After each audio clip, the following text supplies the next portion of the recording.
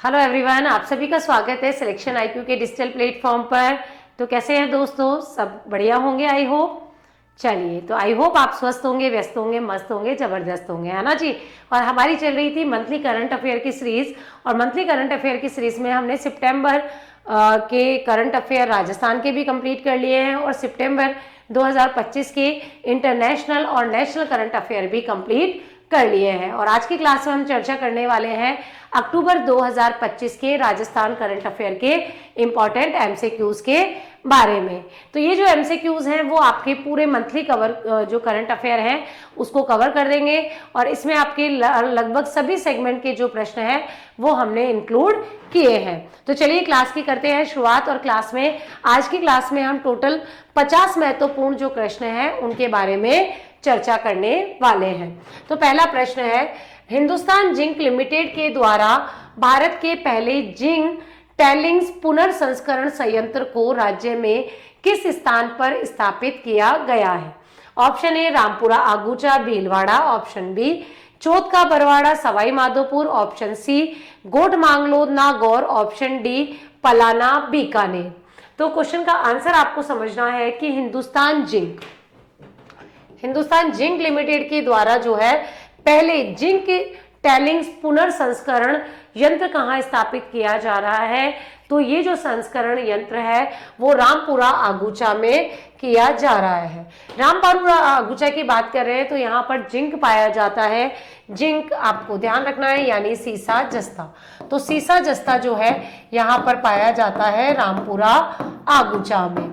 फिर हम बात करते हैं यहाँ पर चौथ का बरवाड़ा पर भी जो है कई खनिज पाए जाते हैं। इसके अलावा गोट मांगलोद जो क्षेत्र है वो किसके लिए जाना जाता है? तो जिप्सम के लिए जाना जाता है। पलाना जो है वो कोयले के लिए जाना जाता है। तो सही आंसर है जी ए। अगला प्रश्न, 18 अगस्त 2025 को राजस्थान की उप मुख्यमंत्री दिया कुमारी ने किस स्थान पर म्यूजियम ऑफ ग्रेस का अवलोकन किया? Option A Nathdwara Rajsamand, option B Nargarh Jaipur, option C Kotra गांव अजमेर, ऑप्शन सी मेधा गांव जैसलमेर। एक तो इसको करेक्ट कर लीजिएगा, ये मेधा गांव है और ये म्यूजियम है। तो इसका सही आंसर क्या है? तो इसका सही आंसर है जी नाथद्वारा, यानी नाथद्वारा में इस म्यूजियम को स्थापित किया जा रहा है। म्यूजियम का नाम है म्यूजियम ऑफ ग्रेस। कहाँ स्थापित होगा? नाथद्वारा में होगा, नाथद्वारी नहीं है, नाथद्वारा है। ऐसी मिस्टेक हो जाती है टाइपिस्ट से कई बार। तो अगर आपसे पूछ लिया जाए कि म्यूजियम ऑफ ग्रेस कहाँ स्थापित किया जाएगा, तो नाथद्वारा में। नाथद्वारा कहाँ है? राजसमंद में। तो राजसमंद में इसे स्थापित किया जाना है। और ये जो म्यूजियम है ये इसका अवलोकन किया गया था दिया कुमारी के द्वारा। और ये जो पूरा म्यूजियम है वो वल्लभ संप्रदाय, आपको पता है कि नाथद्वारा वल्लभ संप्रदाय का एक केंद्र है, और वल्लभ संप्रदाय को ही हम पुष्टि मार्गी संप्रदाय भी कहते हैं। तो पुष्टि मार्गी संप्रदाय, और इसकी प्रवर्तक कौन है? वल्लभाचार्य है इस वल्लभ संप्रदाय के प्रवर्तक। और इनके इतिहास, उनके जो गुण हैं, उनकी विशेषताएं हैं, उनके चित्र यहाँ पर मिलेंगे आपको, दृश्य माध्यम में प्रस्तुत किए जाते हैं। ये सारी चीजें आपको यहाँ ध्यान रखनी है। जब हम बात करें 18 अगस्त की, तो 18 अगस्त को और ध्यान रखना कि यहाँ पर 18 अगस्त को हमारी G20 की यूथ समिट भी हुई थी। G20 की यूथ समिट भी आयोजित की गई थी। कब जी? 18 अगस्त को। और ये कब तक चली थी? तो 18 अगस्त से ये 20 अगस्त तक चली थी। तो 18 से 20 अगस्त 2025 तक चली थी। कहाँ? जोहान्सबर्ग में। ठीक है, जोहान्सबर्ग कहाँ पर आता है? दक्षिण अफ्रीका में। वहां पर G20 की यूथ समिट भी 18 से 20 अगस्त को आयोजित की गई थी। तो सही आंसर है जी ए। अगला प्रश्न देखते हैं, और अगला प्रश्न है हमारा, हनुमानगढ़ में आयोजित राजस्थान स्टेट ओपन तीरंदाजी टूर्नामेंट 2025 में राजस्थान के किस तीरंदाज ने कंपाउंड सीनियर महिला श्रेणी में स्वर्ण पदक जीता है? Option A Amandeep Kaur Sriganganagar, option B Swati Dudhwal Sikar, option C Meena Agarwal Jaipur, option D Sunita Chaudhary Jaipur. तो इसका सही आंसर क्या है? इसका सही आंसर है जी स्वाति दूधवाल। ठीक है, स्वाति दूधवाल इसका सही आंसर है। स्वाति दूधवाल कौन है? तो आपको ध्यान रखना है, इनका संबंध है जी तीरंदाजी से। जिला कौन सा है? जिला लिखा है जी, सीकर इनका जिला है। तो तीरंदाजी में इन्होंने गोल्ड पदक जीता है और इसको आपको ध्यान रखना है। इसके अलावा यदि हम बात करें इसी टूर्नामेंट में, तो इसी टूर्नामेंट में और भी पदक जीते गए हैं, ठीक है। और पदक किस किस के द्वारा जीते गए हैं, तो आपको ध्यान रखना है कि यहाँ पर और जो पदक है वो जीते गए हैं महिला सीनियर में। सीनियर महिला में जीता है किसने? अमनदीप कौर ने। तो सीनियर महिला में जीता है, महिला श्रेणी में स्वर्ण पदक इनके द्वारा। इसके अलावा यदि हम बात करें यहाँ पर जो है स्वाति दूधवाल, उन्होंने जीता ही है। मनीष यादव यहाँ पर ध्यान रखना, जिन्होंने भी स्वर्ण पदक जीता है सीनियर पुरुष में। तो रिकवर सीनियर पुरुष में मनीष को ध्यान रखना है। कहाँ के हैं? धौलपुर के हैं। तो मनीष का संबंध किससे है? आपका तीरंदाजी से है। तीरंदाजी को आर्चरी भी कहा जाता है। तो आपको मनीष यादव यहाँ पर ध्यान रखना है। एक और खिलाड़ी आपको ध्यान रखना है, पुलकित काजला, ठीक है। इन्होंने कंपाउंड सीनियर पुरुष में जीता है। कंपाउंड सीनियर पुरुष में किसने पदक जीता है? तो आपको ध्यान रखना है, ये जीता है पुलकित काजला ने। और पुलकित काजला का संबंध भी किससे है? तो पुलकित काजला का संबंध तीरंदाजी से है। और ये कहाँ के हैं? श्री गंगानगर के हैं। तो एक के साथ आपको ये सारे जो है पदक ध्यान रखने हैं। सही आंसर है जी बी, स्वाति दूधवाल। अगला प्रश्न है, 21 से 23 अगस्त 2025 को डल झील श्रीनगर में आयोजित प्रथम खेलो इंडिया वाटर स्पोर्ट्स फेस्टिवल में राजस्थान ने पदक तालिका में कौन सा स्थान प्राप्त किया है? ऑप्शन ए 15वां, ऑप्शन बी 16वां, ऑप्शन सी 12वां, ऑप्शन डी 18वां। पहले आप ध्यान रखना क्या है जी ये प्रथम खेलो इंडिया वाटर स्पोर्ट्स गेम। खेलो इंडिया गेम्स की अलग अलग कैटेगरी होती है। खेलो इंडिया यूनिवर्सिटी गेम, खेलो इंडिया समर गेम, खेलो इंडिया पैरा ओलंपिक गेम, और इस बार पहली बार आयोजित किए गए हैं जी कौन से?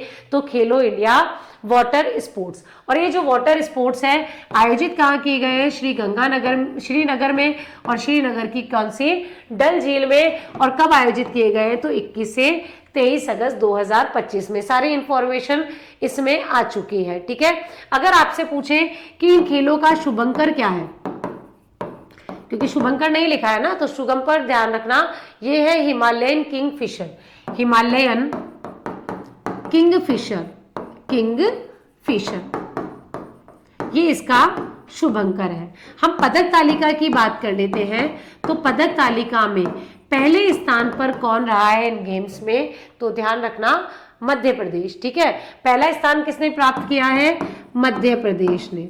मध्य प्रदेश को कुल कितने पदक इस प्रतियोगिता में प्राप्त हुए हैं? तो 18 पदक। तो आपको ध्यान रखना है 18 पदक। दूसरे स्थान पे कौन रहा है? तो सेकंड स्थान पे रही है उड़ीसा की टीम।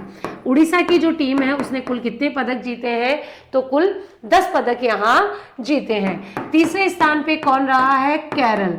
तो केरल ने कितने पदक जीते हैं? तो केरल ने कुल 7 पदक यहाँ प्राप्त किए हैं। तो पदक तालिका में पहला, दूसरा, तीसरा स्थान तो हमें ध्यान ही रखना है। और क्या ध्यान रखना है हमें? राजस्थान के बारे में।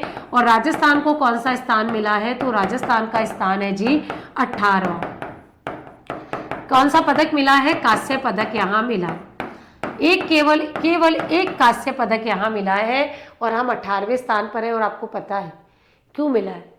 आपको भी जानते हो, क्योंकि हमारे यहाँ वाटर स्पोर्ट्स नाम की चीज़ ही नहीं है, वाटर ही नहीं है, तो वाटर स्पोर्ट्स में हम पदक कैसे जीतेंगे, ठीक है।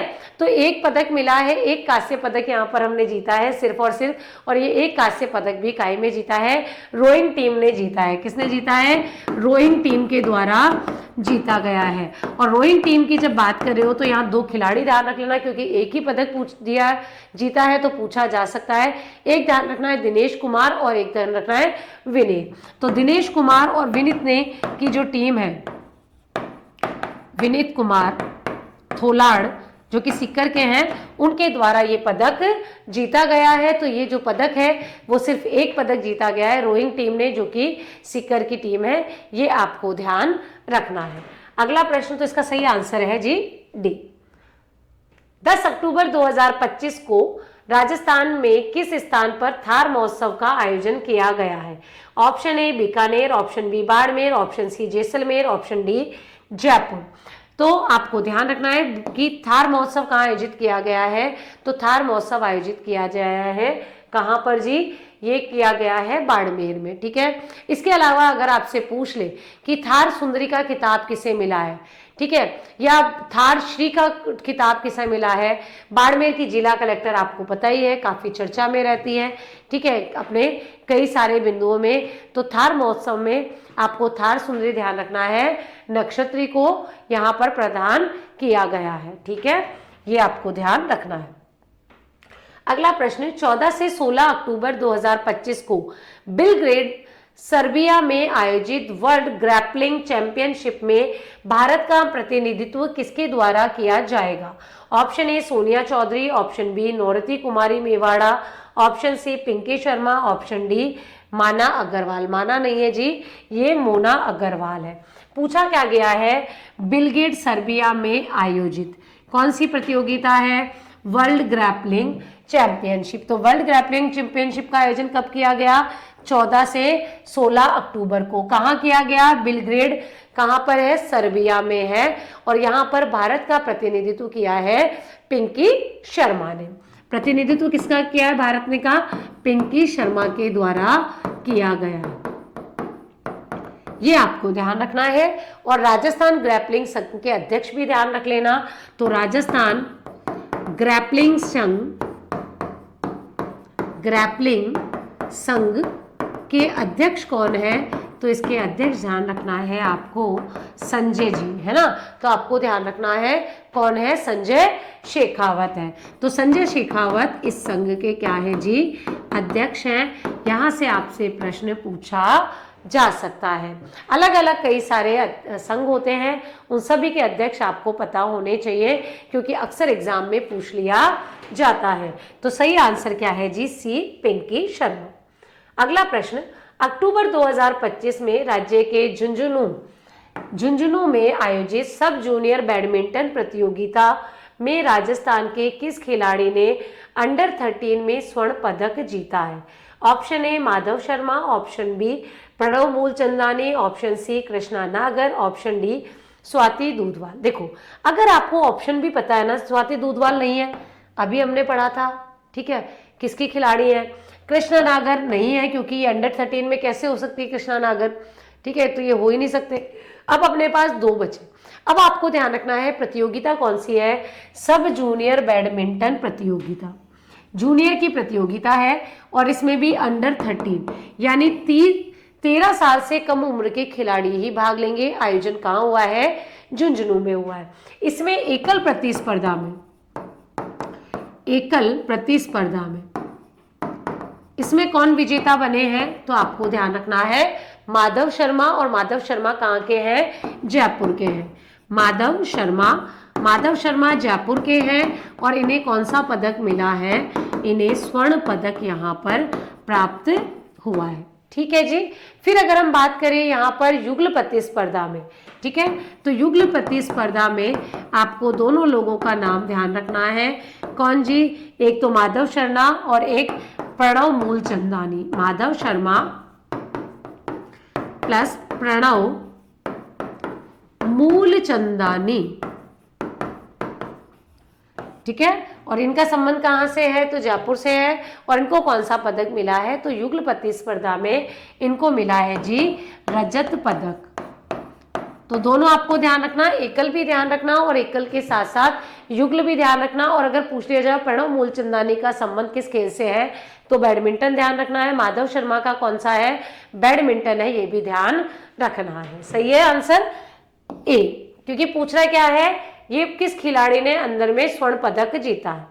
अगला प्रश्न, केंद्रीय पर्यावरण वन मंत्रालय द्वारा आयोजित राष्ट्रव्यापी स्वच्छ वायु सर्वेक्षण 2025 में 3 से 10 लाख की आबादी में राज्य के किस जिले को तीसरा स्थान मिला है? Option A Barmer, option B Jaisalmer, option C Alwar, option D Kota. 3 से 10 लाख की आबादी वाले जो शहर है उनमें तीसरा स्थान मिला है। तीसरा स्थान किसको मिला है? अलवर को। किसमें मिला है ये स्थान? तो राष्ट्रव्यापी स्वच्छ वायु सर्वेक्षण, वायु सर्वेक्षण है, ठीक है, स्वच्छता सर्वेक्षण नहीं है। कई बार हम गड़बड़ कर देते हैं पढ़ने में, ये स्वच्छता सर्वेक्षण नहीं है, वायु सर्वेक्षण है, ठीक है। तो अगर हम बात करें यहाँ से, ये तो 3 से 10 लाख वाली है, लेकिन अगर हमसे पूछ लिया जाए भी 10 लाख से अधिक जनसंख्या में, 10 लाख से अधिक आबादी वाले, इसमें अगर पूछे तो प्रथम स्थान पे कौन रहा है? इंदौर। पहला स्थान किसको प्राप्त हुआ है जी? इंदौर को प्राप्त हुआ है। दूसरे स्थान की बात करें तो दूसरे स्थान पर रहा है जबलपुर। दूसरा स्थान है जबलपुर का। जबलपुर कहाँ है? एमपी में है। इंदौर भी कहाँ है? एमपी में। तीसरा स्थान प्राप्त हुआ है 2 शहरों को, एक आगरा और एक सूरत। आगरा कहाँ पर है? यूपी में है। सूरत कहाँ पर है जी? गुजरात में है। ये कौन सी कैटेगरी है? ये है जी 10 लाख से अधिक जनसंख्या वाली कैटेगरी। अगर हम बात करें कि भाई 3 से 10 लाख वाले, 3 से 10 लाख आबादी, तो इसमें भी 3 होंगे, प्रथम, द्वितीय और तृतीय। तीसरा तो हमने देख लिया भाई, कौन है जी? अलवर है, राजस्थान का, है ना। तो तीसरा तो कौन हो गया? अलवर हो गया। पहला दूसरा और देख लेते हैं। पहला है अमरावती। पहला कौन सा है? अमरावती। दूसरे स्थान की बात करें तो यहां पर 2 है। 2 कौन से हैं? एक तो झांसी और एक मुरादाबाद, दोनों को मिला है। तो 2 है झांसी प्लस मुरादाबाद, झांसी और मुरादाबाद, और ये दोनों मिलकर क्या रहे हैं? दूसरे स्थान पे रहे। तीसरा स्थान मिला है जी हमारे अलवर को। अब तीसरी कैटेगरी कौन सी बची कि 3 लाख से कम, 3 लाख से कम आबादी। 3 लाख से कम आबादी में आपको ध्यान रखना है पहला, दूसरा, तीसरा। पहला कौन सा है? देवास। पहला कौन सा है? देवास। देवास कहां पर है? एमपी में। दूसरा पूछे तो क्या ध्यान रखना है? दूसरा आपको ध्यान रखना है हिमाचल प्रदेश का परवाणु। क्या है? परवाणु। और परवाणु कहां पर है? हिमाचल प्रदेश में है। अगर तीसरा पूछ ले तो तीसरा आपको ध्यान रखना है अंगुल। अंगुल कहां पर है? उड़ीसा में। तो आप पूरा सर्च सर्वेक्षण आपका कंप्लीट हो गया है। चाहे वो इंडिया से पूछे, चाहे वो 3 लाख से कम पूछे, 3 से 10 लाख पूछे, या 10 से अधिक वाले पूछे, सारा हमने कंप्लीट कर लिया है इसी क्वेश्चन में आंसर को। तो सही आंसर है जी सी। अगला प्रश्न है, 30 सितंबर 2025 को नई दिल्ली में आयोजित विश्व पैरा एथलेटिक्स प्रतियोगिता में राजस्थान के सुंदर गुर्जर ने F46 श्रेणी में कौन सा पदक जीता है? ऑप्शन ए स्वर्ण पदक, ऑप्शन बी रजत पदक, ऑप्शन सी कांस्य पदक, ऑप्शन डी इनमें से कोई नहीं। 30 सितंबर 2025 को क्या हुआ है जी? विश्व पैरा एथलेटिक्स प्रतियोगिता कहाँ हुई है? नई दिल्ली में। ठीक है, अब बात कर लेते हैं इसके पदक प्राप्तकर्ता की। तो यहां पर आपको ध्यान रखना है, इसमें सुंदर गुर्जर ने कौन सी कैटेगरी? F6 कैटेगरी में क्या जीता है जी? रजत पदक जीता है। इनका संबंध किससे है? तो ये भाला फेंक के खिलाड़ी हैं। भाला फेंक के खिलाड़ी हैं, तो खेल भी आपको ध्यान रखना है। और अगर पूछ ले कि भाई इनका संबंध किस जिले से है, तो वो भी पूछा जाता है, इसको ध्यान रखना, करौली।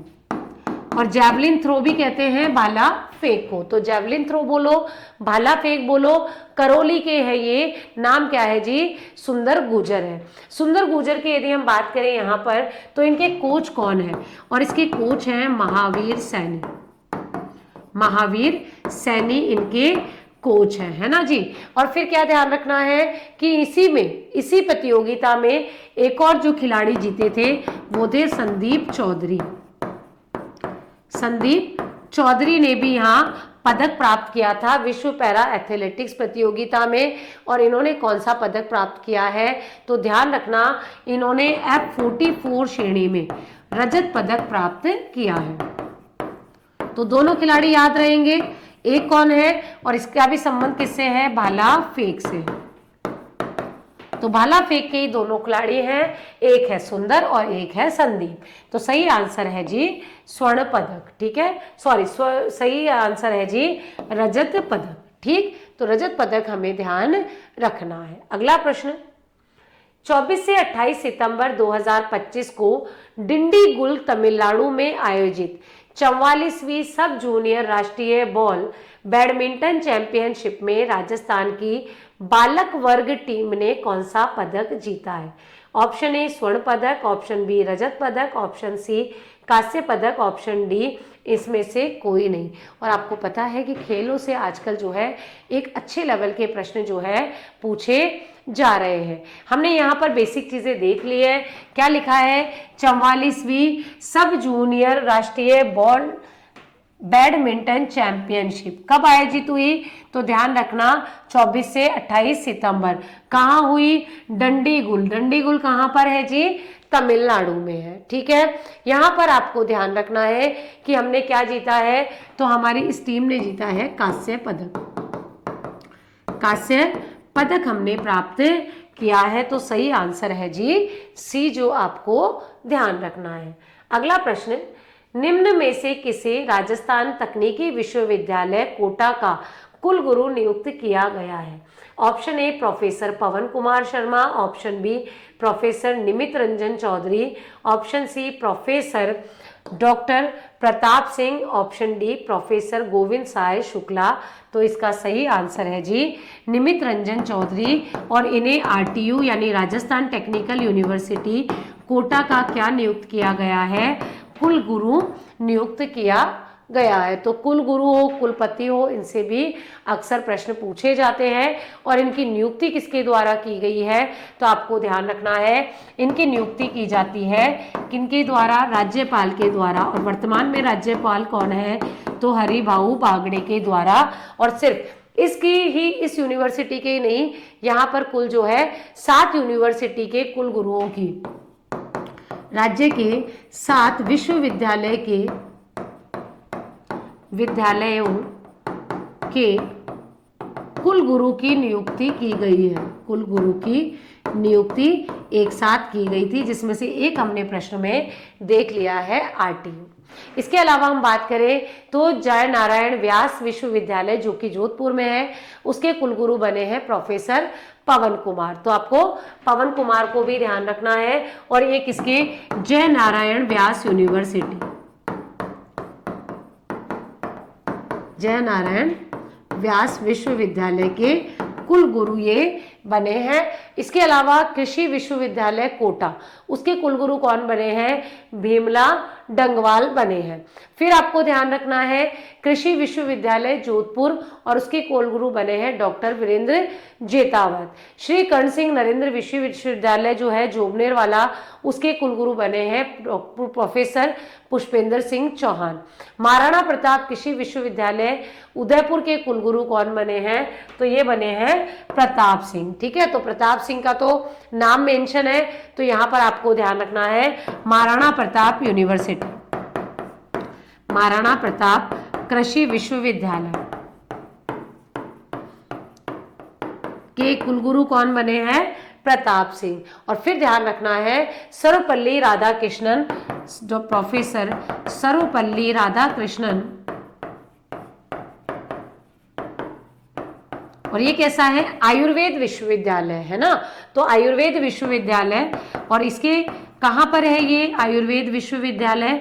जोधपुर में है। और इस विश्वविद्यालय के कुलगुरु कौन बने हैं? तो आपको ध्यान रखना है गोविंद साय शुक्ला। तो सही आंसर है जी बी। बाकियों को भी आपको ध्यान रखना है। अगला प्रश्न, निम्न में से किसे राजस्थानी भाषा साहित्यकार सम्मान 2025 से सम्मानित किया गया है? Option A Mukut Maniraj, option B Bhogilal Patidar, option C Poonam Chandra Godara, option D Kalu Khan Deshwali. देखिए, साहित्य की जब बात हो रही है तो वहां पर प्रश्न अक्सर पूछे जाते हैं। और आपको ध्यान रखना है यहाँ पर ये सम्मान राजस्थानी भाषा साहित्यकार सम्मान 2025 मिला है किसको? तो डॉक्टर कालू खान देशवाली को। और इनकी जो कृति है ठीक है, जिस कृति के लिए इन्हें पुरस्कार मिला है उसका नाम ध्यान रखना है, सायनारा सोरठा। किसका? सायनारा सोरठा। सोरठा इनकी कृति है। इसको आप स्टार मार्क कर लीजिए, यहाँ से प्रश्न पूछा जा सकता है। और ये जो पुरस्कार है वो किसने प्रदान किया है इन्हें, तो ध्यान रखना गुलाब चंद कटारिया के द्वारा। और गुलाब चंद कटारिया पंजाब के राज्यपाल हैं, तो पंजाब के राज्यपाल गुलाब चंद कटारिया के द्वारा। वैसे राजस्थान से संबंधित है गुलाब चंद कटारिया, लेकिन ये अभी पंजाब के जो है राज्यपाल है। सही आंसर है जी डी। अगला प्रश्न, धरती आबा जनजातीय उत्कर्ष ग्राम अभियान में कौन सा राज्य शीर्ष स्थान पर रहा है? Option A Rajasthan, option B Gujarat, option C Punjab, option D Haryana. ये एक महत्वपूर्ण अभियान है जो कि आदिवासी क्षेत्रों में चलाया गया था और इसके लिए मैंने एक पूरी रील भी बनाई है। इसमें अगर आपको ध्यान रखना है कि इस अभियान में जो है प्रथम स्थान पर कौन रहा है? राजस्थान। प्रथम स्थान मिला है राजस्थान को। और राजस्थान में भी आपको ध्यान रखना है कि कुंजी लाल जी मीणा को, कुंजी लाल मीणा को यहाँ पर क्या किया गया था? सम्मानित किया गया था राष्ट्रपति श्रीमती द्रौपदी मुर्मू के द्वारा। ये कौन है? राजस्थान जनजातीय विभाग के अतिरिक्त मुख्य सचिव हैं। तो अतिरिक्त मुख्य सचिव राजस्थान जनजातीय विभाग, राजस्थान जनजातीय विभाग कुंजीलाल जी को यहाँ पर सम्मानित किया गया है। किसके द्वारा?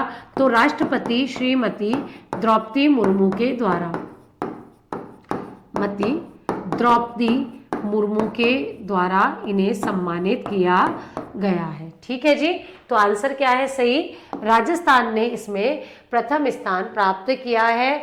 और राजस्थान के वर्तमान जनजातीय गृह मंत्री जो है वो कौन है, वो आपको कमेंट बॉक्स में लिखना है, क्योंकि थोड़ा सा काम तो आपको भी यहाँ करना बनता है। अगला प्रश्न है, राजस्थान की किस महिला चिकित्सा कर्मी ने शंघाई चीन में आयोजित 3 दिवसीय एशिया पैसिफिक गायनी एंडोस्कोपी सम्मेलन में भारत का प्रतिनिधित्व किया है? Option A doctor Sushila Saini, और option B professor Balveer Singh Tomar, option C doctor Nagendra Sharma, option D doctor Devendra Jain. तो इसका सही आंसर क्या है? सुशीला सैनी। तो डॉक्टर सुशीला सैनी जो है वो इसके लिए कहाँ गई थी? तो ये गई है शंघाई चीन में। और इन्होंने जो प्रोपेलर यूट्रस की नवीनतम तकनीक है JDH, उस पर अपना प्रेजेंटेशन भी यहाँ पर दिया था।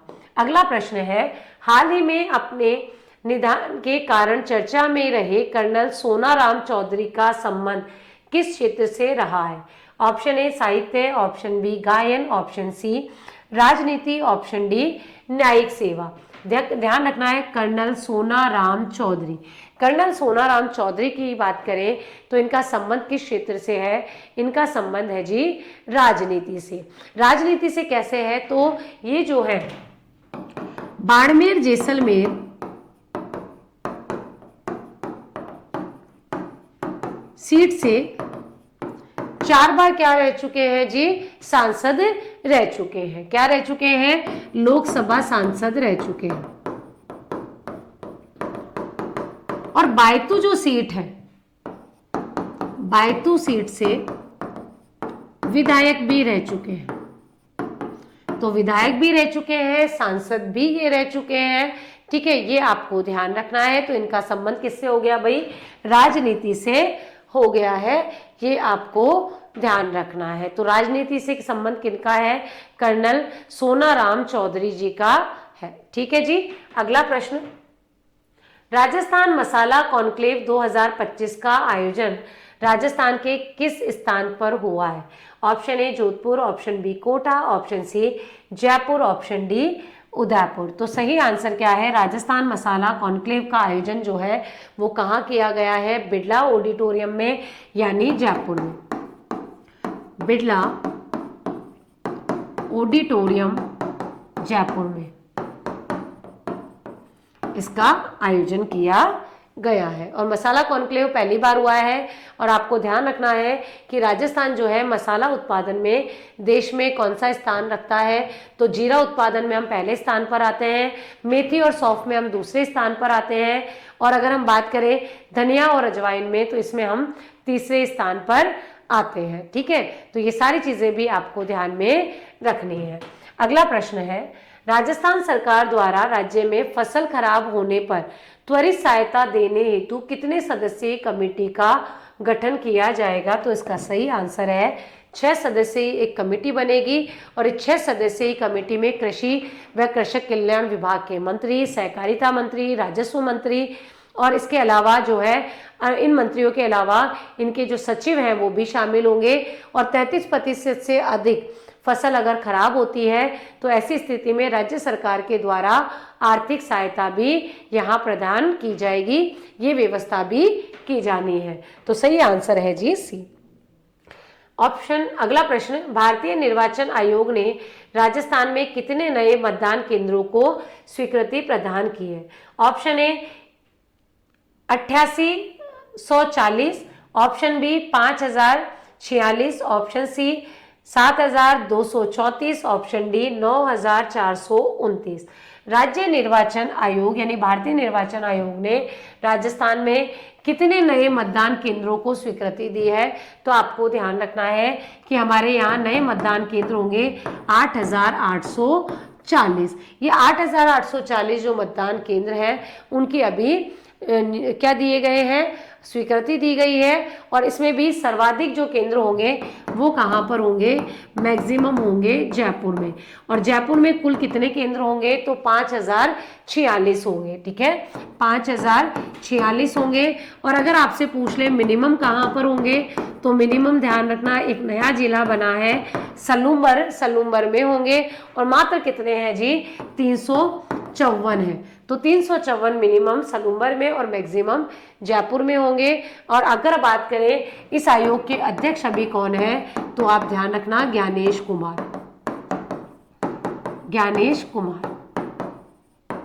तो सही आंसर है ऑप्शन ए। अगला प्रश्न, 11 अक्टूबर 2025 को प्रधानमंत्री धन्य धान्य कृषि योजना लागू की गई, जिसमें राज्य के कितने जिले शामिल हुए? Option A 12, option B 18, option C 8, option D जो है 17। और आपको पता है कि ये एक महत्वपूर्ण योजना है जिसे लागू किया गया था कब? तो इस साथ 3 योजनाएं चालू की गई थी। एक योजना चालू की गई थी राष्ट्रीय दलहन मिशन और एक की गई थी ये योजना, दोनों एक साथ लागू हुई थी। और इस योजना में आपको ध्यान क्या रखना है, तो इसमें राजस्थान के 8 जिले शामिल किए गए हैं। तो राजस्थान के कुल कितने जिले शामिल है जी? 8 जिले हैं। इसमें आपको ध्यान रखना है, पहले तो आपको राजस्थान का मैप थोड़ा तो ये वाला जो क्षेत्र है वो इसमें इंक्लूड किया गया है, यानी जैसलमेर, बीकानेर, बाड़मेर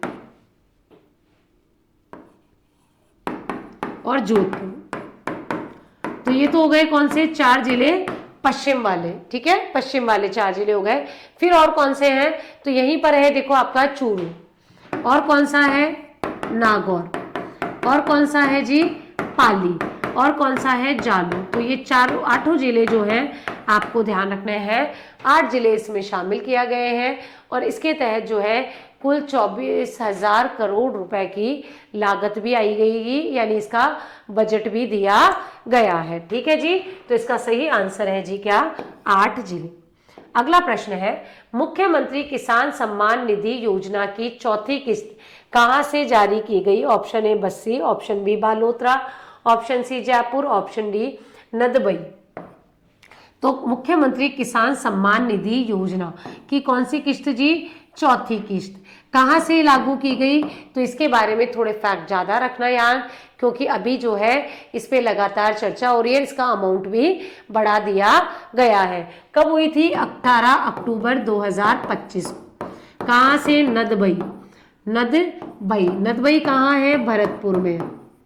और आपको पता है मुख्यमंत्री भजन लाल शर्मा जी का ये होम टाउन है। तो नदबई भरतपुर से इसकी क्या की गई है, जारी की गई है। और इसमें कितने की अमाउंट जारी की गई है, तो लगभग जो है 12 करोड़ रुपए की जारी की गई है। और इसमें प्रति कृषक 1000 रुपए दिए गए हैं।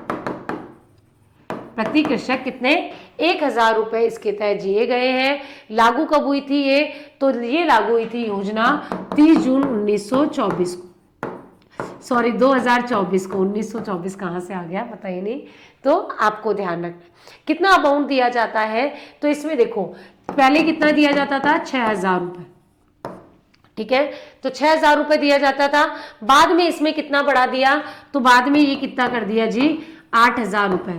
बाद में कितना कर दिया जी, 9000 रुपए। और अभी वर्तमान में कितना है जी, 12000 रुपए ये वर्तमान में है। अभी सरकार के 2 साल पूरे होने पर यह घोषणा की गई है कि अब इसका अमाउंट जो होगा वो कितना हो जाएगा, 12000 रुपए हो जाएगा। 2 अगस्त को प्रधानमंत्री नरेंद्र मोदी के द्वारा प्रधानमंत्री किसान निधि सम्मान निधि योजना जो है उसकी 20वीं किस्त भी जारी की गई थी। तो ये भी आपको ध्यान रखना है। और अभी वर्तमान में इसकी राशि को बढ़ा दिया गया है, क्योंकि इसमें से जो है राज्य पहले 3000 रुपए देता था, अब राज्य 3000 और दे देगा। यानी पहले कितना था, तो पहले 9000 रुपए था और प्लस अभी राज्य के द्वारा 3000 देने की बात की गई है। तो टोटल 12000 रुपए इसकी कुल राशि होने वाली है। और यह भी योजना भी काफी चर्चा में है, ठीक है। तो सही आंसर है नदबई। और हो सकता है नदबई न दे के भरतपुर दे दे, तो वो भी ध्यान रखना है। अगला प्रश्न है, सहकार सदस्यता अभियान की अवधि क्या थी। ऑप्शन ए 1 अक्टूबर से 10 अक्टूबर 2025, ऑप्शन बी 2 अक्टूबर से 15 अक्टूबर 2025, ऑप्शन सी 5 अक्टूबर से 15 अक्टूबर 2025 और ऑप्शन सी डी 10 अक्टूबर से 20 अक्टूबर 2025। क्या है, सहकार सदस्यता अभियान। सहकार सदस्यता अभियान जो है वो कहाँ से शुरू हुआ और इसकी अवधि क्या है। तो अगर हम बात करें इसकी शुरुआत की, तो ये शुरू हुआ था जयपुर से। अवधि की बात कर लेते हैं, तो इसकी अवधि कब है, तो 2 अक्टूबर यानी गांधी जयंती से ये शुरू हुआ था। कब तक चलेगा, तो 15 अक्टूबर 2025 तक इसे संचालित किया गया है। किस लिए, सहकारिता के लिए। यानी इसका लक्ष्य क्या है कि जो सहकारी समितियां हैं उनको बढ़ावा दिया जाए, उनके लिए काम किया जाए। 5 विभागीय गतिविधियां भी इसके तहत आयोजित की गई, कई सारे शिविर वगैरह का आयोजन भी इसके तहत किया गया। बाद में जो है इसकी अवधि को बढ़ा दिया गया था और अवधि बढ़ाकर क्या कर दी गई थी, 22 अक्टूबर कर दी गई थी। तो हो सकता है अगर आपको 22 अक्टूबर दे तो 22 अक्टूबर भी ध्यान रखना। और वैसे इसकी अवधि क्या थी, 2 अक्टूबर से 15 अक्टूबर तक थी, जिसे बाद में बढ़ा दिया गया था। तो अब अगर पूछा जाएगा करेक्ट आंसर तो वो होगा 22 अक्टूबर, ठीक है जी। अगला प्रश्न, मेरी पॉलिसी मेरे हाथ अभियान कब प्रारंभ हुआ। ऑप्शन ए 1 अक्टूबर 2025, ऑप्शन बी 2 अक्टूबर 2025, ऑप्शन सी 5 अक्टूबर 2025, ऑप्शन डी 10 अक्टूबर 2025। नाम क्या है जी, मेरी पॉलिसी मेरे हाथ। तो मेरी पॉलिसी मेरे हाथ अभियान जो है ये किसके कब शुरू किया गया, किसके द्वारा शुरू किया गया, तो डॉक्टर किरोड़ी लाल मीणा, डॉक्टर किरोड़ी लाल मीणा के द्वारा इस अभियान की शुरुआत की गई। कब की गई थी, 1 अक्टूबर को, ठीक है। 1 अक्टूबर को इसकी शुरुआत की गई है।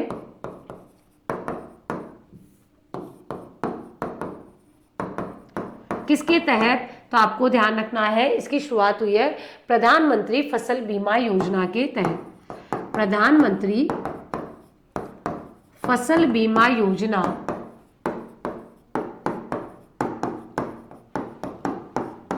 के अंतर्गत इसे शुरू किया गया है। मेरी पॉलिसी मेरे हाथ, यानी अब जो है शिविर लगाए जाएंगे और घर घर जाकर जो पॉलिसीज हैं उनका वितरण किया जाएगा। और देश भर में इसका टारगेट रखा गया है कुल 8 करोड़ पॉलिसी का। और राजस्थान में जो है 2 करोड़ पॉलिसी यानी 25% जो काम है वो यहाँ पर हो गया है, ये ध्यान रखना है। तो सही आंसर क्या है जी, 1 अक्टूबर 2025 जयपुर में शुरू हुआ था किरोड़ी लाल जी मीणा के द्वारा। ठीक है, तो जयपुर भी ध्यान रखना। अगला प्रश्न है, जल संचय जन भागीदारी जन आंदोलन कहाँ से शुरू हुआ? Option A Sikar, option B Jaipur, option C Jhunjhunu, option D Bharatpur. जल संचय जन भागीदारी जन आंदोलन आपको ध्यान रखना है 11 अक्टूबर 2025। और क्या ध्यान रखना है जी? मंडरेला। मंडरेला कहाँ है? झुंझुनू। तो मंडरेला झुंझुनू को इसकी शुरुआत हुई है कब? 11 अक्टूबर 2025 को। कौन किसके द्वारा? तो दो लोगों का नाम ध्यान रखना है, मुख्यमंत्री भजनलाल शर्मा और केंद्रीय मंत्री जो है CR पाटिल, उनके द्वारा इसे शुरू किया गया है। इसके तहत क्या किया जाएगा? तो प्रवासी राजस्थान जल संचय में भी सहयोग करेंगे और इसके तहत मंडरेला कस्बे में कुंभाराम परियोजना का भी लाभ प्रदान किया जाएगा। यानी मंडरेला में कुंभाराम परियोजना के तहत परियोजना से मीठा पानी उपलब्ध कराया जाना है। ठीक है, तो इसका सही आंसर क्या है? झुंझुनू। तो अगर झुंझुनू पूछ ले तो झुंझुनू, नहीं तो आपको मंडरेला भी ध्यान रखना है, क्योंकि मंडरेला भी यहां आपसे पूछा जा सकता है, क्योंकि दोनों आंसर सही है।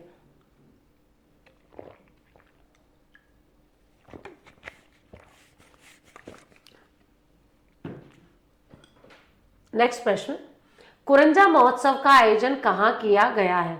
Option A Balotra, option B Jodhpur, option C Khichan, option D Phalodi.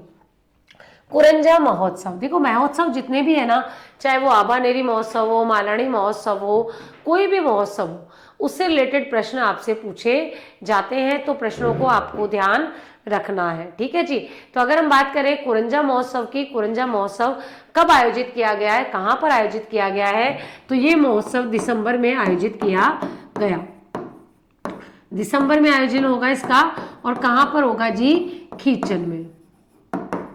ठीक है, खीचन स्थान पे। और यहाँ पर क्या पाए जाते हैं? कुरंजा पक्षी पाए जाते हैं। तो खीचन क्षेत्र जो है वहाँ पर बड़ी संख्या में विदेशी और देशी पर्यटक आते हैं, कुरंजा पक्षी आते हैं। और कुरंजा पक्षी जो है यहाँ पर इनके जो है कलरव होते हैं, यहाँ पर जो है यहाँ के बर्ड वॉचिंग सेशंस होते हैं, हवेली भ्रमण होती है, कैमल सफारी वगैरह भी यहाँ पर आयोजित की जाती है। तो इसका आयोजन जो है अब होगा, कहाँ किया जाएगा, ये ध्यान रखना। और ये जो है कब? 26 से 27 दिसंबर को। ठीक है, तो ये आपको सही आंसर ध्यान रखना है, खीचन। अगला प्रश्न है, दीपक कुमार सोनी का संबंध किस खेल से है? Option A weight lifting, option B discus throw, option B भाला फेंक, ऑप्शन डी बॉडी बिल्डिंग। अब देखो, जब कोई कंपटीशन का आता है, स्वर्ण पदक, रजत पदक, तो हमें याद आ जाता है, लेकिन कई बार ऐसे जो प्रश्न होते हैं ना, वो हमें याद नहीं आते हैं। तो आपको ध्यान रखना है इनका संबंध किससे है। तो भाई ये है बॉडी बिल्डर। दीपक कुमार सोनी क्या है? बॉडी बिल्डर है, बॉडी बिल्डर है। किस राज्य जिले से संबंध है? दौसा जिले की। तो दौसा जिले के ये क्या है? बॉडी बिल्डर है। चर्चा में क्यों है? क्योंकि इस समय जो Sheru classic NPC Rajasthan board national building body प्रतियोगिता थी, तो राजस्थान में national body building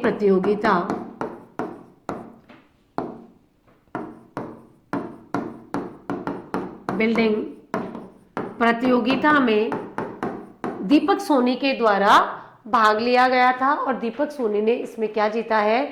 gold medal जीता है। ठीक है, तो गोल्ड मेडल आपको ध्यान रखना है। इस प्रतियोगिता में इन्होंने स्वर्ण पदक जीता था, इसलिए वो उस समय चर्चा में थे। कौन है जी? ये बॉडी बिल्डर है। ठीक है, तो बॉडी बिल्डिंग से संबंध। भारत की पहली भैरव बटालियन किस राज्य में स्थापित होगी? Option A Madhya Pradesh, option B Uttar Pradesh, option C Bihar, option D Rajasthan. Bharat की पहली भैरव बटालियन, अलग अलग बटालियन होती है। ठीक है, तो उसमें भी भारतीय सेना की यदि हम बात करें, तो भारतीय सेना की पहली भैरव बटालियन जो है वो कहाँ तैनात की जाएगी? तो राजस्थान के पश्चिमी मोर्चे पर। राजस्थान के पश्चिमी मोर्चे पर। और पश्चिमी मोर्चे पे भी हम ध्यान रखें तो यहाँ ध्यान रखना है आपको लोंगेवाला क्षेत्र, लोंगेवाला क्षेत्र। तो जो लोंगेवाला क्षेत्र है वहां पर भारतीय सेना की पहली भैरव बटालियन तैनात की जाएगी।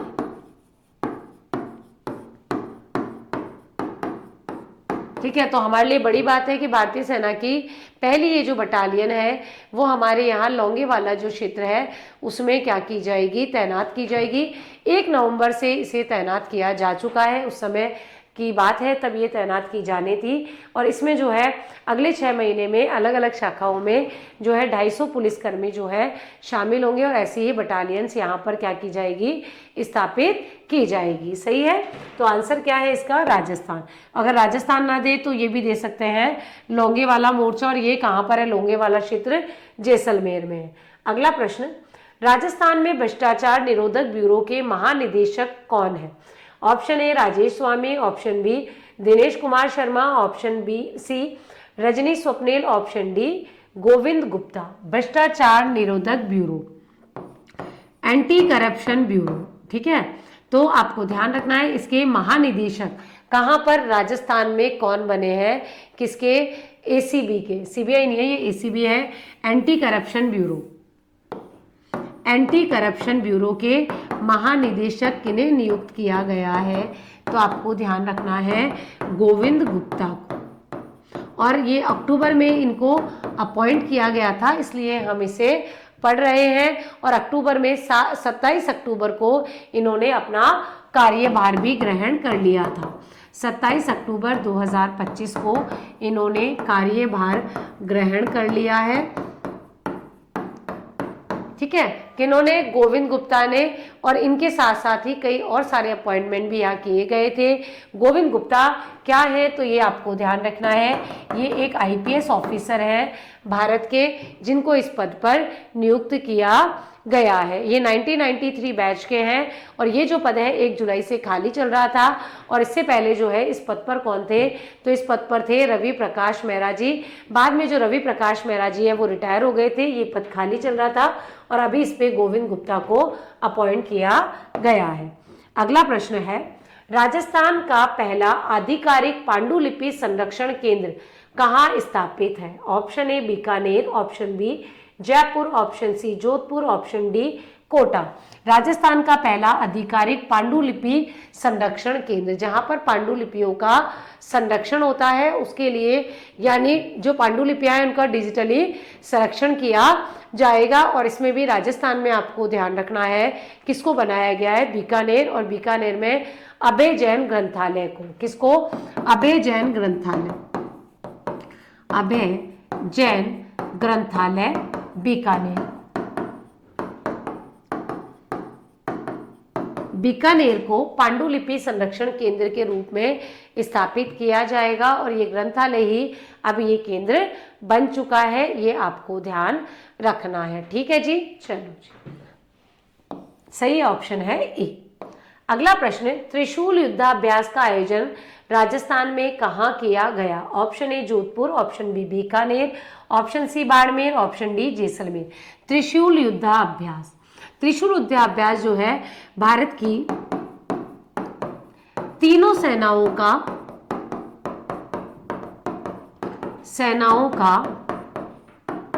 संयुक्त युद्धाभ्यास है, यानी किसी देश के साथ नहीं है, ये हमारी जो तीनों सेनाएं हैं, जल सेना, नभ सेना, वायु सेना, इनका ही क्या है, एक बड़ा अभ्यास है, सबसे बड़ा युद्धाभ्यास है।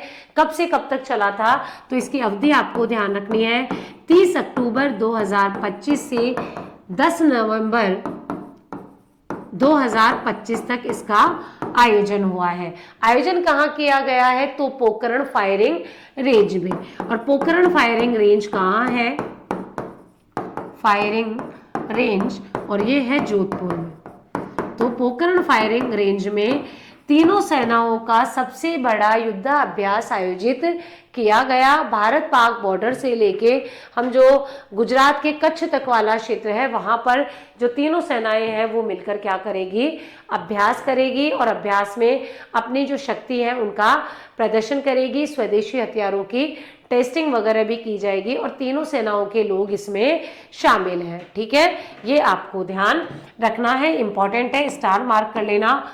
ऑप्शन ए इसका सही आंसर है। अगला प्रश्न, चर्चा में रहा दुहाला गांव किस जिले में है? Option A Pali, option B Bhilwara, option C Jalore, option D Ajmer. पहले तो चर्चा में क्यों रहा है दुहाला गांव? क्योंकि यहाँ पर बनेगा एक नया औद्योगिक क्षेत्र। ठीक है, तो राज्य सरकार के द्वारा, राज्य सरकार ने या रीको के द्वारा नए औद्योगिक केंद्र के रूप में औद्योगिक क्षेत्र का विकास यहाँ किया जाएगा और इसके लिए जो है भूमि आवंटन किया जा चुका है। तो यहाँ पर क्या बनेगा, दुआला गांव में नया औद्योगिक क्षेत्र विकसित किया जाएगा रीको के द्वारा और यहाँ पर भूमि आवंटन को जो है मंजूरी दे दी गई है। यहाँ पर अच्छी आधुनिक सुविधाओं वाला औद्योगिक केंद्र बनेगा और ये दुआला गांव कहाँ है जी? भीलवाड़ा में। ठीक है, तो सही आंसर है जी बी इसका। अगला प्रश्न है, राजस्थान में शौर्य वन कहाँ है? Option A Jaisalmer, option B Barmer, option C Jodhpur, option D Jaipur. हमारे रक्षा मंत्री जी श्री राजनाथ सिंह जी ने जब राजस्थान की यात्रा की थी तो उनके द्वारा इसका उद्घाटन किया गया था, शौर्य वन का। शौर्य वन का उद्घाटन किसके द्वारा किया गया?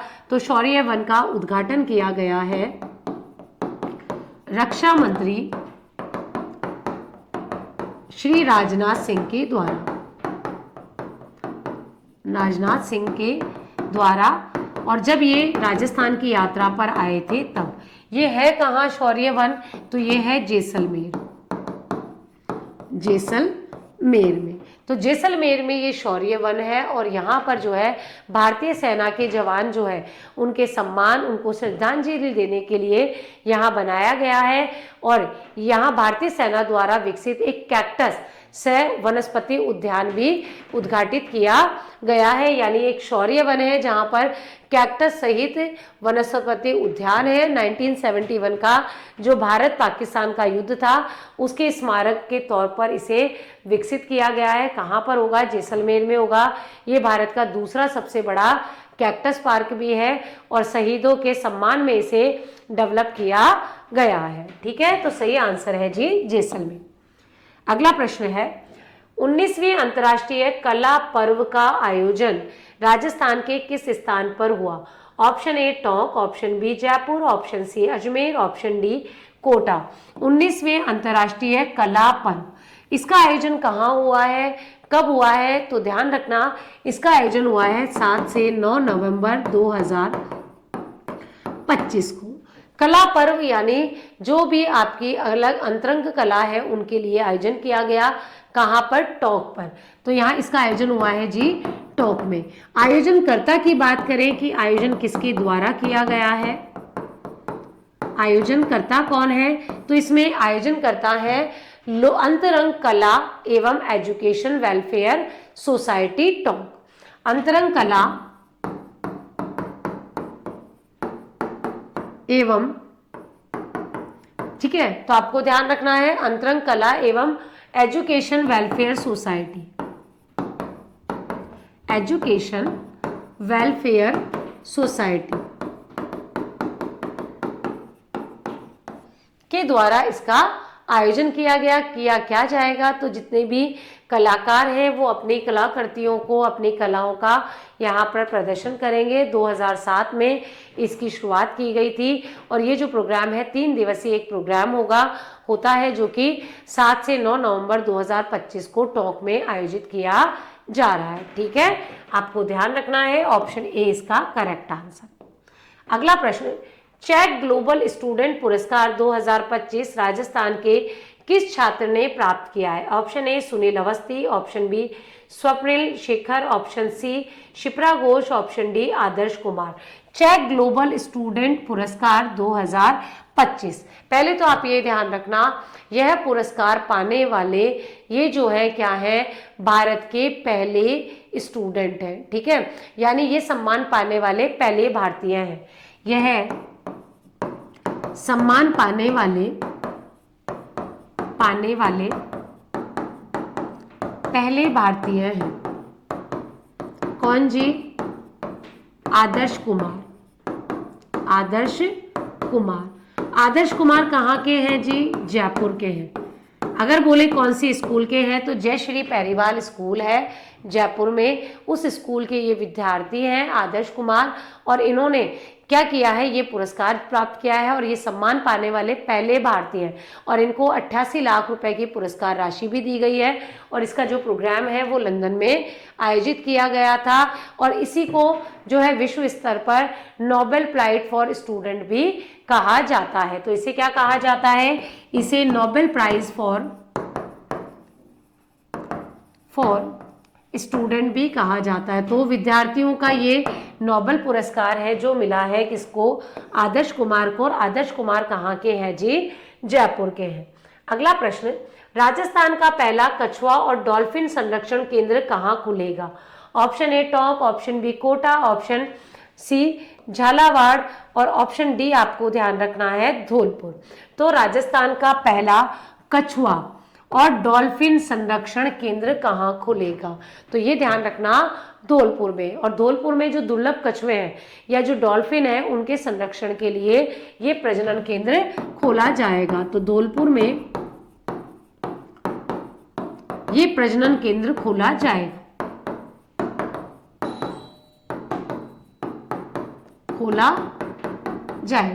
कहाँ पर खुलेगा? धौलपुर में खुलेगा और इसके लिए जो है स्वीकृति मिल गई है। और राजस्थान का पहला ये प्रजनन केंद्र है जहां पर हम किसको संरक्षण प्रदान कर रहे हैं जी? कछुए को संरक्षण प्रदान कर रहे हैं। चंबल नदी के किनारे ये स्थापित किया जाएगा। तो इसका करेक्ट आंसर रहने वाला है जी धौलपुर। तो धौलपुर आपको ध्यान रखना है और चंबल नदी के क्षेत्र में इसे विकसित किया जाना है। और ऐसी स्वीकृति मिलने के बाद राजस्थान का पहला कछुआ और डॉल्फिन संरक्षण केंद्र यहाँ स्थापित किया जाना है, ठीक है। तो सही आंसर क्या है इसका? D option. नेक्स्ट प्रश्न है, quality council of India ranking में राजस्थान के किस संस्थान ने देश में प्रथम स्थान प्राप्त किया है? Option A IIT Jodhpur, option B राष्ट्रीय आयुर्वेद संस्थान जयपुर, ऑप्शन सी सरकारी आयुर्वेद महाविद्यालय Bikaner, option D IIM Udaipur. Quality council of India ranking, quality council of India ranking जो है इसकी हम बात कर रहे हैं। और यहाँ पर अगर हम बात करें तो ऑल इंडिया में जितने भी 180 आयुर्वेद संस्थान हैं उनको रैंकिंग दी गई है। तो कुल 180 आयुर्वेद संस्थानों को इसमें रैंकिंग प्रदान की गई है, स्थानों को रैंकिंग प्रदान की है। और इस रैंकिंग में यदि हम बात करें तो देश में पहले स्थान पर कौन आया है? तो देश में प्रथम स्थान प्राप्त किया है राजस्थान के एक आयुर्वेद संस्थान ने और उसका नाम क्या है? राष्ट्रीय आयुर्वेद संस्थान Jaipur.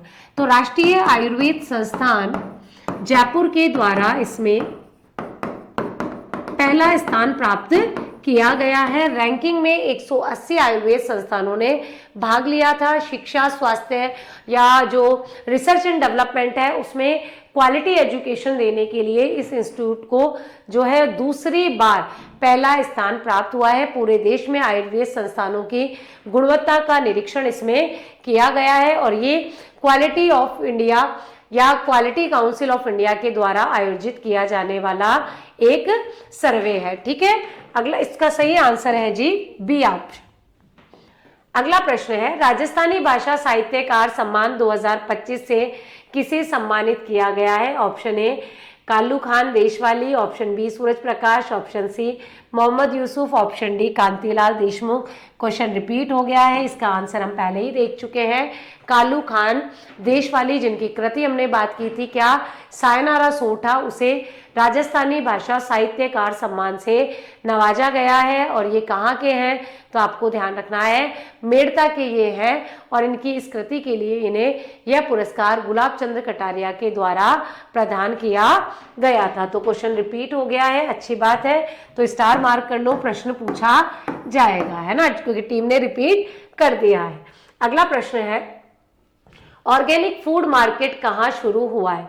Option A Muana, option B Bassi, option C Ramganj Mandi, option D Durgapura.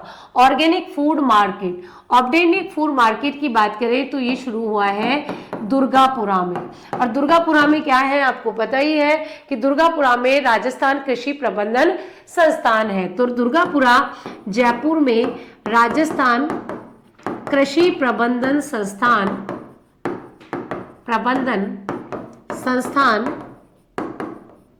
में इस मार्केट को शुरू किया है। किसके द्वारा शुरू किया गया था, तो डॉक्टर किरोड़ी लाल मीणा जी के द्वारा इस मार्केट का शुभारंभ किया गया, ऑर्गेनिक फूड मार्केट का। और इस ऑर्गेनिक फूड मार्केट की यदि हम बात करें तो यहाँ पर सूक्ष्म सिंचाई से रिलेटेड कार्यशाला भी आयोजित की गई। जो ऑर्गेनिक फूड है उसकी यहाँ पर क्या की जाएगी, जैविक उत्पादों की पब्लिसिटी की जाएगी, उनका प्रचार प्रसार किया जाएगा, उसके लिए प्लेटफॉर्म दिया जाएगा, और जो है उपभोक्ताओं को ऑथेंटिक ये जो ऑर्गेनिक प्रोडक्ट हैं वो भी यहाँ पर उपलब्ध कराए जाने हैं। ठीक है, तो सही आंसर है जी डी दुर्गापुरा। हो सकता है ऑप्शन में आपको जयपुर भी दे दिया जाए। अगला प्रश्न है, विश्वास स्वरूपम स्टैचू ऑफ बिलीफ राजस्थान में कहाँ स्थापित होगा? Option A Bhilwara, option B Pali, option C Jodhpur, option D Rajsamand. Vishwas Swaroopam या स्टैचू ऑफ बिलीफ कहाँ स्थापित किया जा रहा है, तो ये आपको ध्यान रखना है राजसमंद के नाथद्वारा में है। क्या ये, तो 150 फीट ऊंचे गिरिराज जी पर्वत पर, ठीक है, क्या 150 फुट, ये देखो ध्यान रखना, ही आपसे पूछा जा सकता है, 450 फुट ऊंचे गिरिराज पर्वत पर क्या है, एक हनुमान जी की मूर्ति स्थापित की गई है। कितने फुट की, 111 फीट की। 111 फीट की हनुमान जी की प्रतिमा स्थापित की गई है। और इस प्रतिमा को क्या कहा गया है जी, स्टैचू ऑफ बिलीफ कहा गया है। कहां पर, तो नाथद्वारा राजसमंद में। स्टैचू ऑफ पीस कहाँ है, पाली में है। स्टैचू ऑफ बिलीफ कहाँ है, यहाँ पर है। स्टैचू ऑफ लिबर्टी कहाँ है, तो केवड़िया में है। ऐसी सारी चीजें आपको ध्यान रखनी है, और ये मानेसर से तैयार होके आएगी और यहाँ पर लगेगी। और यहाँ पर यदि हम बात करें तो नाथद्वारा में जो है एक स्टैचू ऑफ बिलीफ में 369 फीट की भगवान शिव की प्रतिमा भी स्थित है। ठीक है, तो यहाँ पर जो है स्टैचू ऑफ बिलीफ में यहाँ पर शिव जी की प्रतिमा भी कितनी ऊंची है, तो आपको ध्यान रखना है 369 फीट की। तो 369 फीट की शिव जी की प्रतिमा स्थापित है। कहाँ पर, नाथद्वारा में, जिसे हम कहते हैं स्टैचू ऑफ बिलीफ। और ये भी जो है तैयार की गई है मालूराम आर्ट सेंटर के द्वारा से, ये आपको ध्यान रखना है। ठीक है जी, तो सही आंसर है जी राजसमंद, और हो सकता है ऑप्शन में नाथद्वारा भी आपको दिया जाए। अगला प्रश्न है, 44वें भारत अंतर्राष्ट्रीय व्यापार मेले में भागीदार राज्य कौन बना है? Option A Rajasthan, option B Chhattisgarh, option C Madhya Pradesh, option D Bihar. 44वां भारत अंतर्राष्ट्रीय व्यापार मेला कब आयोजित किया गया है, और इसकी अगर हम बात करें कहाँ पर आयोजित किया गया है, तो इसका आयोजन किया गया है कहाँ, भारत मंडपम में। ठीक है, सॉरी, इसका जो आयोजन है भारत मंडपम में किया गया है। कब, तो भाई नवंबर में। कब से, तो 14 से 27 नवंबर 2025 को। कहाँ, भारत मंडपम कहाँ है, नई दिल्ली में, वहां पर इसका आयोजन किया गया है। इसकी थीम क्या है, तो इसकी थीम है एक भारत श्रेष्ठ भारत, एक भारत श्रेष्ठ भारत इसकी थीम है। और क्या ध्यान रखना है यहाँ पर कि भाई इसमें भागीदार राज्य कौन बना है, तो भागीदार राज्य कौन बना है, राजस्थान, जिसे हम क्या कहते हैं, पार्टनर स्टेट। तो भागीदार राज्य बोल दो, पार्टनर स्टेट ये कौन है, राजस्थान। ठीक है, तो राजस्थान करंट अफेयर के लिए इंपॉर्टेंट हो जाता है। ठीक है, तो सही आंसर है जी ए। अगला प्रश्न है, आरटीआई शहर राजस्थान में कहाँ विकसित होगी या होगा, होगी नहीं है, ये होगा है ना, होगा। Option A Jodhpur, option B Kotputli, option C Salumbar, option D Beawar. RTI शहर, ठीक है, तो आरटीआई शहर आपको पता है आरटीआई की शुरुआत जो है किसने की थी, अरुणा रॉय के द्वारा की गई थी। कहाँ से, ब्यावर से, और ब्यावर को ही आरटीआई सिटी के रूप में विकसित करने की घोषणा की गई है। वहां पर इनका संघ था किसान मजदूर किसान शक्ति संगठन, जिसके द्वारा इन्होंने आरटीआई की शुरुआत की थी। तो ये शहर कौन सा बनेगा जी, ब्यावर। तो ब्यावर को आरटीआई सिटी के रूप में विकसित करने की बात की जा रही है, क्योंकि यहीं से क्या हुई थी, तो यहीं से आरटीआई की शुरुआत हुई थी। किनके द्वारा की गई थी, अरुणा रॉय के द्वारा की गई थी। और अरुणा रॉय का जो संगठन है उसका नाम क्या था, तो मजदूर किसान शक्ति संगठन। ये अभी किया गया था। ठीक है, ये आपको ध्यान रखना है। तो बी डी इसका सही आंसर है। अगला प्रश्न है, अक्टूबर 2025 में नव विधान न्याय की नई पहचान प्रदर्शनी कहाँ आयोजित हुई। Option A Jaipur, option B Jodhpur, option C Kota, option D Banswara. तो नव विधान न्याय की नई पहचान प्रदर्शनी का आयोजन कहाँ किया गया, तो ये संबंधित है आपकी, ध्यान रखना, जब अमित शाह जी का क्या हुआ था, राजस्थान दौरा हुआ था। कब हुआ था जी, तो 13 अक्टूबर 2025 को। कहाँ आयोजित की गई, तो जयपुर में इसका आयोजन किया गया। जयपुर में कहाँ पर, तो जेईसीसी में, जयपुर में इसका आयोजन किया गया। ये क्या है, 6 दिवसीय एक प्रदर्शनी है, 6 दिवसीय एक प्रदर्शनी है। और इस 6 दिवसीय प्रदर्शनी में अलग अलग जो कानून थे, नए आपराधिक कानून जो है उनको प्रदर्शन किया गया।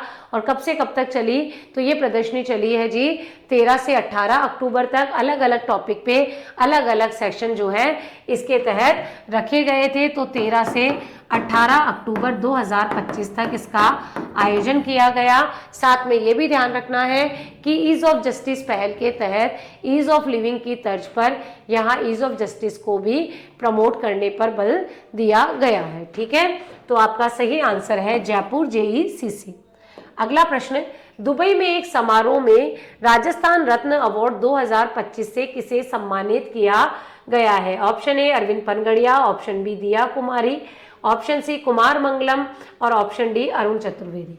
देखो, दुबई में एक समारोह था के दौरान राजस्थान रत्न अवार्ड प्रदान किया गया। किसको, अरुण चतुर्वेदी जी को, अरुण चतुर्वेदी जी को। और अरुण चतुर्वेदी जी को इसलिए भी ध्यान रखना है क्योंकि अभी हाल ही में इन्हें 7वें राज्य वित्त आयोग का अध्यक्ष बनाया गया है। आयोग का अध्यक्ष भी बनाया गया है। किनको, अरुण चतुर्वेदी जी को, और इनको राजस्थान रत्न अवार्ड दिया गया है। ये जो प्रोग्राम है Rajasthan business and professional group Dubai और राजस्थान फाउंडेशन दुबई चैप्टर के तत्वाधान में आयोजित किया गया था दिवाली उत्सव 2025 के तहत, ये ध्यान रखना है। और लेकिन अगर पूछ ले राजस्थान रत्न अवार्ड, ये वैसे अभी 10 दिसंबर 2025 को भी दिए गए हैं। कब, तो राजस्थान प्रवासी राजस्थानी दिवस पर, प्रवासी राजस्थानी दिवस पर। और कितने लोगों को दिए गए, तो कुल 9 लोगों को दिए गए। और ये इसके अलावा है अरुण चतुर्वेदी जी। तो डी ऑप्शन इसका सही आंसर है। अगला प्रश्न है, यूके रीडर्स चॉइस अवार्ड 2025 में राजस्थान के किस होटल को भारत का नंबर 1 होटल घोषित किया गया है। Option A Jai palace, option B Le Meridien hotel, option C Ramgarh palace, option D Radisson Blu. क्या है यूके रीडर्स चॉइस अवार्ड 2025। ये जो आपकी एजेंसी है इसके द्वारा ये जारी की गई जाती है एक रैंकिंग, और इस रैंकिंग में यदि हम बात करें तो भारत का नंबर 1 होटल कौन सा बना है, रामबाग पैलेस। तो भारत का नंबर 1 होटल बन गया है, 1 होटल बना है Rambagh palace. Rambagh palace, Rambagh palace कहाँ है, तो जयपुर में। ठीक है, जयपुर में ये है, इतना ही आपको ध्यान रखना है। और अगर पूछे इस ओवरऑल में, तो ओवरऑल रैंकिंग में इनको 14वां स्थान मिला है। भारत का तो पहला है, लेकिन ओवरऑल रैंकिंग में इनका स्थान कौन सा है, 14वां स्थान है, जिसमें लगभग जो है कई सारे होटल्स को शामिल किया गया है। तो सही आंसर है रामबाग पैलेस। अच्छा, ये तो इन्होंने ऑप्शन में ही नहीं डाला है, तो इसे रामगढ़ की जगह रामबाग कर लीजिए। ठीक है, तो सी इसका करेक्ट आंसर है। अगला प्रश्न है, अक्टूबर 2025 में राजस्थान को किस योजना के लिए प्रथम स्थान प्राप्त हुआ है। ऑप्शन ए प्रधानमंत्री कुसुम योजना, ऑप्शन बी प्रधानमंत्री पोषण योजना, ऑप्शन सी प्रधानमंत्री सूर्य घर बिजली योजना, ऑप्शन डी प्रधानमंत्री मातृ वंदना योजना। तो सही आंसर है जी प्रधानमंत्री मातृ वंदना योजना, जो क्या है, जो कि केंद्र सरकार की एक योजना है, इसमें पहले बच्चे के जन्म पर क्या दी जाती है, वित्तीय सहायता दी जाती है, किसको, गर्भवती महिला को। और अभी ये चर्चा में भी है, क्योंकि याद रखना कि इसमें पहले बच्चे के जन्म पर 5,000 रुपए की राशि दी जाती थी, और अभी इस राशि को बढ़ाकर कितना कर दिया है, तो अभी इसमें राशि को वृद्धि कर दी गई है, और राशि बढ़ाकर कर दी है कितनी जी, 6,500 रुपये। ठीक है, तो ये ध्यान रख लेना, ये पूछा जा सकता है, क्योंकि अभी सरकार के 2 साल का कार्यकाल कंप्लीट हुआ है वो भी, और इस योजना के लिए एक पूरी अलग से जो है मैं वीडियो भी बना चुकी हूं। तो इस योजना के तहत लाभार्थियों का पंजीकरण, भुगतान और डीबीटी में विशेष ध्यान देने के लिए, अच्छे कार्य के लिए राजस्थान नंबर 1 पर आया है, और 16 लाख लोगों को इसके तहत जो है 552 करोड़ की सहायता यहाँ प्रदान की गई है। तो सही आंसर है डी। अगला प्रश्न है, थार महोत्सव का आयोजन कहाँ हुआ। Option Barmer, option B Jaisalmer, option C Bikaner, option D Jodhpur. और ये हम पढ़ चुके हैं, रिपीट हो गया है क्वेश्चन, लेकिन डिटेल से बात कर लेते हैं। और ये आपको ध्यान रखना है, इसका आयोजन 8 से 9 अक्टूबर 2025 को हुआ था। तो और क्या था, रंग रेगिस्तान की इस थीम पर इसको आयोजित किया गया था। आयोजन कहाँ हुआ है, तो आयोजन होगा जी कहाँ, बाड़मेर में। आयोजन कहाँ हुआ है, बाड़मेर के इसका आयोजन किया गया है। और बाड़मेर में जो इसका थीम थी वो आपको पता है, रंग रेगिस्तान के हैं, और इसका आयोजन किया गया है पर्यटन विभाग और जिला प्रशासन बाड़मेर के द्वारा। यहाँ मिस्टर थार कौन बना है, तो मिस्टर थार ध्यान रखना धर्मेंद्र डाबी।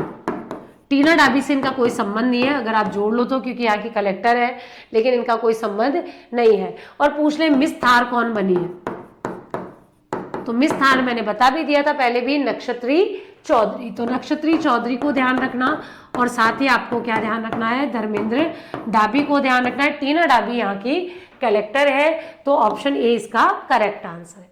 अगला प्रश्न है, इंद्र सैनिक अभ्यास का आयोजन किस राज्य में किया गया है।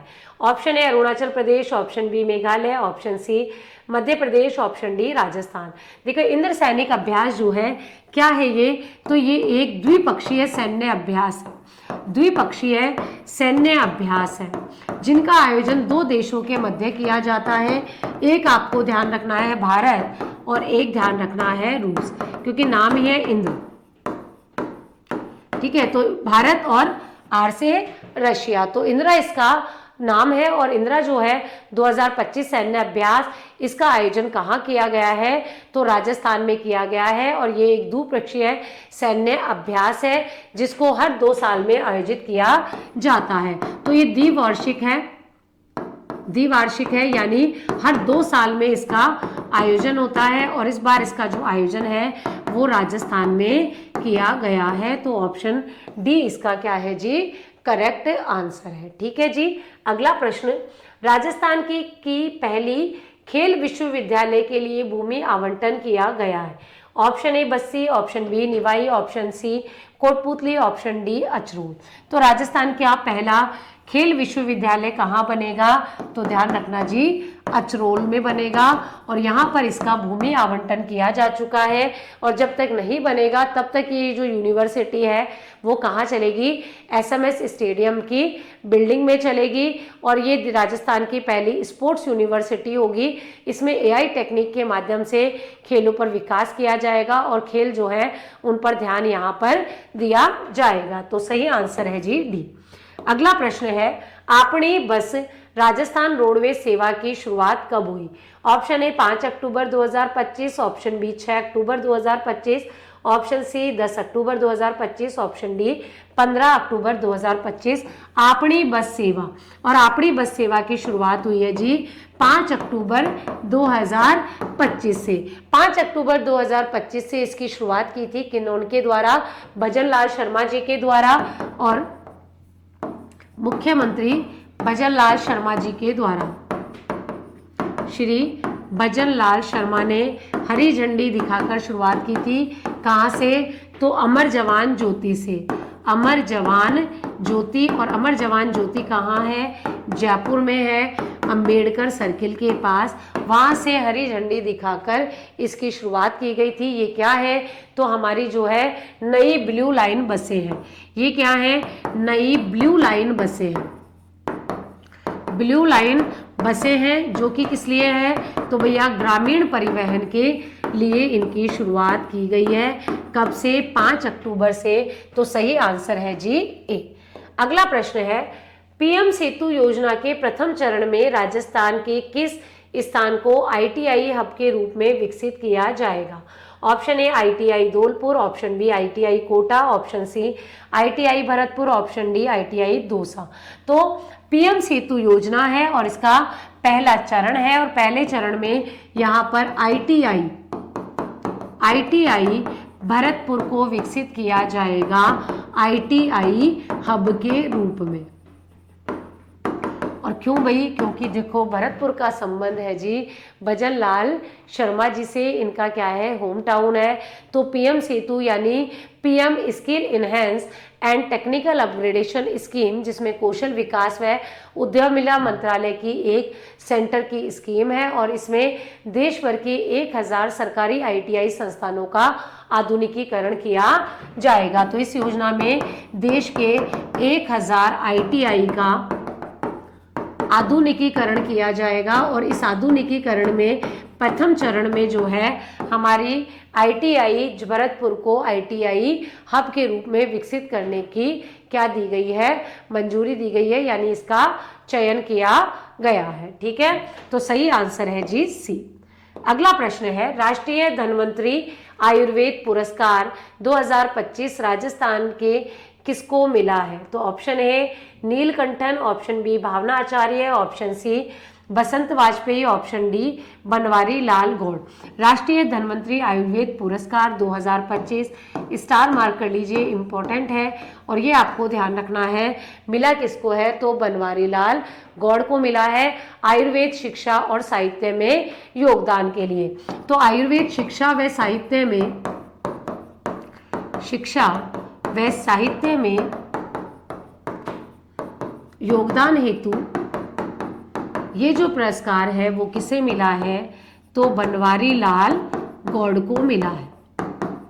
बनवारी लाल गौड़ को मिला है और इनका संबंध कहाँ से है, तो ये जयपुर के हैं और जो है आयुर्वेद में या पारंपरिक ज्ञान या शिक्षा या अनुसंधान के लिए ये पुरस्कार दिए गए थे। कब दिए गए थे, तो 2 अक्टूबर को दिए गए थे।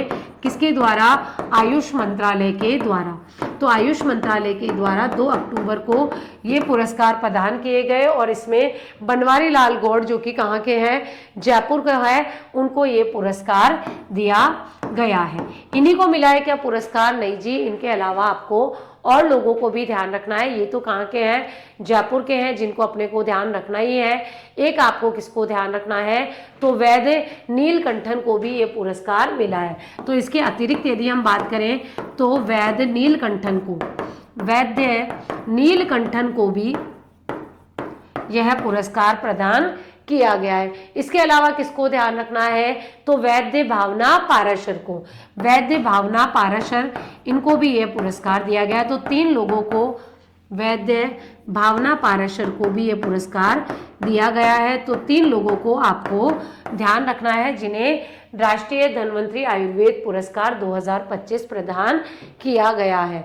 तो ये थे आज के हमारे महत्वपूर्ण 50 प्रश्न, जिसमें हमने बात की है राजस्थान के अक्टूबर मंथ के करंट अफेयर की। सारे करंट अफेयर बहुत इंपॉर्टेंट है, जहां पर एक्सप्लेनेशन की आवश्यकता थी हमने बहुत डिटेल में यहाँ पर भी बात की है, तो काफ़ी इंपॉर्टेंट है।